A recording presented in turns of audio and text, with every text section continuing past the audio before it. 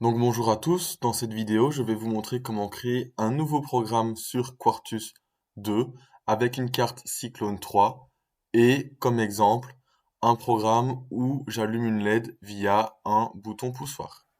Donc pour créer un nouveau projet, vous pouvez aller dans File, New Project Wizard ou bien cliquer sur le bouton New Project Wizard. Ce qui nous ouvre une page d'introduction avec les différents paramètres.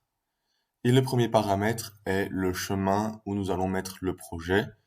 Donc, dans mon cas, je vais le placer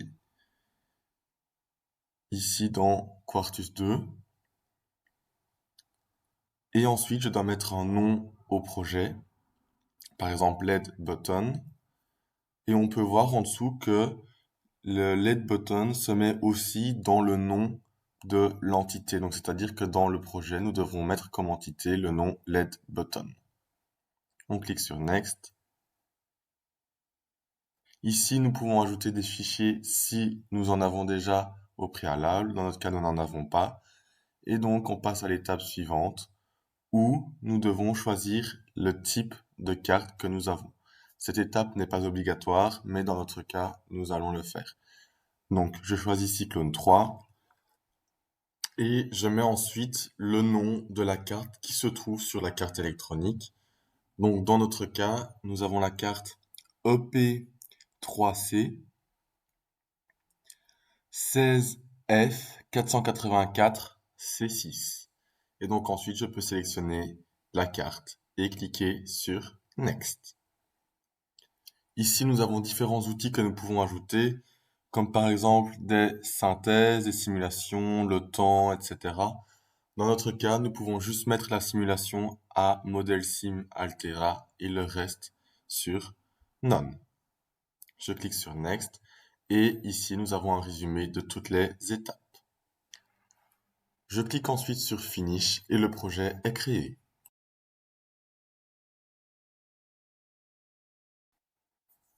Donc maintenant, si on double-clique sur le projet, nous voyons qu'il n'y a pas de design. Donc, nous allons en créer un en cliquant sur la feuille au-dessus et nous sélectionnons VHDL File.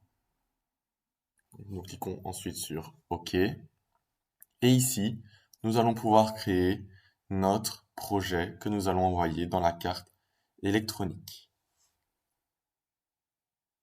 Donc, nous allons tout d'abord mettre comme nom My First Code.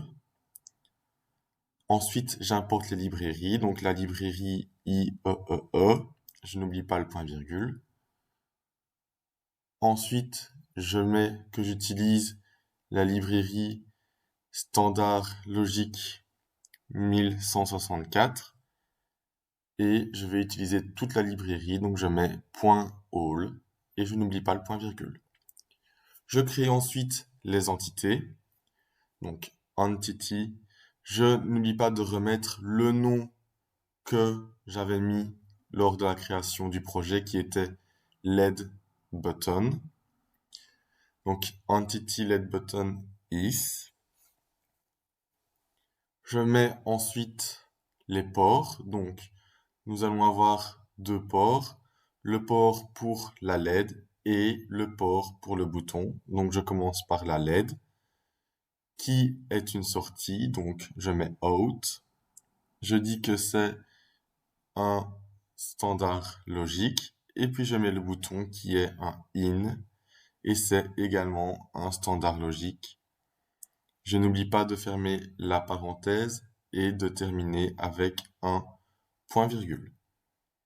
Je quitte ensuite mon entité en mettant end LED button, le nom de l'entité.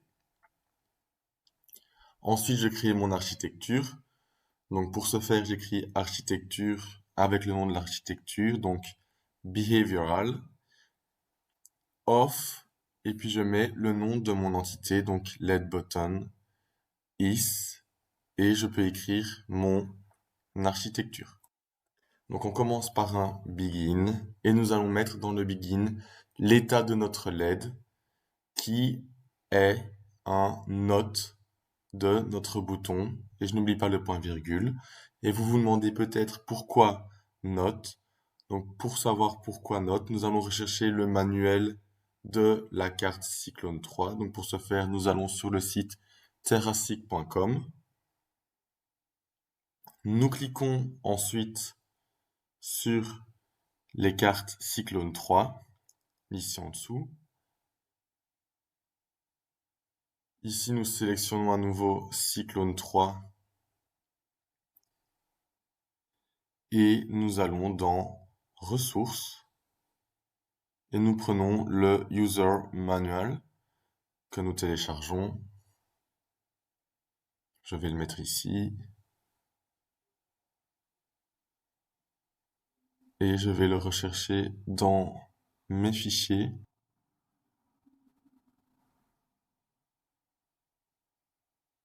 Voilà.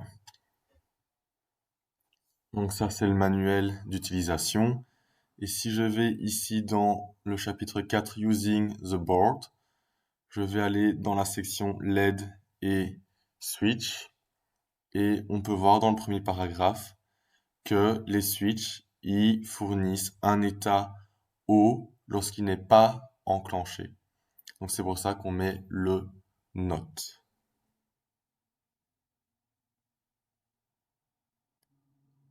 On peut terminer l'architecture avec un end behavioral et je n'oublie pas le point virgule. Ensuite, on peut sauvegarder ici le design et je vais mettre le même nom que celui de l'entité.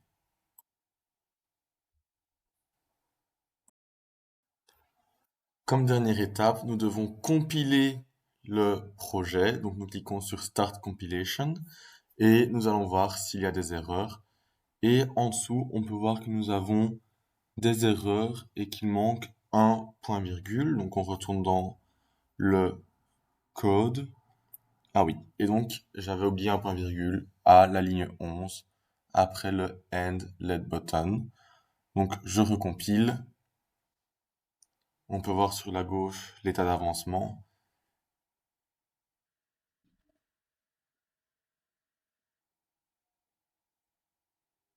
Et on peut voir qu'il n'y a pas d'erreur. Donc comme prochaine étape, nous allons assigner les différents ports aux pins de la carte. Donc pour ce faire, nous allons dans Assignment, Pin Planner. Et ici, on peut voir que nous avons les deux ports LED et Button que nous allons devoir assigner. Donc mettre une localisation, donc a location. Donc pour savoir quel port nous devons mettre, nous retournons dans le manuel d'utilisation. Nous allons voir en dessous au niveau des boutons, donc le bouton 0, il est assigné à la pin H2. Donc ici dans Location, je vais mettre H2 et nous avons pin H2 pour le bouton. Et pour la LED, nous allons faire la même chose. Donc la LED 0, elle est à la pin J1. Donc dans la localisation, nous mettons J1. Nous allons refaire une compilation et cette compilation génère un fichier de sortie qui se trouve dans le dossier où nous avons placé le projet et nous allons devoir réutiliser ce fichier de sortie pour retransférer dans la carte. Et donc ici, on peut voir qu'il n'y a toujours pas d'erreur. La dernière étape consiste à envoyer le programme dans la carte électronique. Donc pour ce faire, il faut aller dans Tools et puis sur le bouton Programmeur. La carte électronique doit apparaître au-dessus dans USB Blaster. Si pas, vous cliquez sur Hardware Setup et vous sélectionnez USB Blaster. Si vous ne trouvez pas la carte, il faut probablement mettre à jour les pilotes de la carte. Et donc, c'est ce qui est expliqué dans la vidéo suivante. Le lien est dans la description de cette vidéo.